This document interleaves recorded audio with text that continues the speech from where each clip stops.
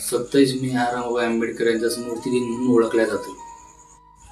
त्याग, संघर्ष आणि समर्पणाची माता म्हणजे रमाबाई आंबेडकर यांच्या पावन स्मृतीत तिवार अभिवादन करतो.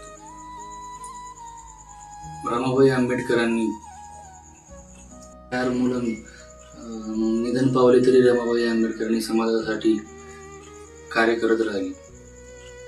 आज रमाबाई आंबेडकरांची खरी कमाई म्हणजे आज तुमच्यामध्ये कोणी डॉक्टर असेल, कोणी वकील असेल, कोणी कलेक्टर असेल, ही रमाबाई आंबेडकरांची खरी कमाई आहे.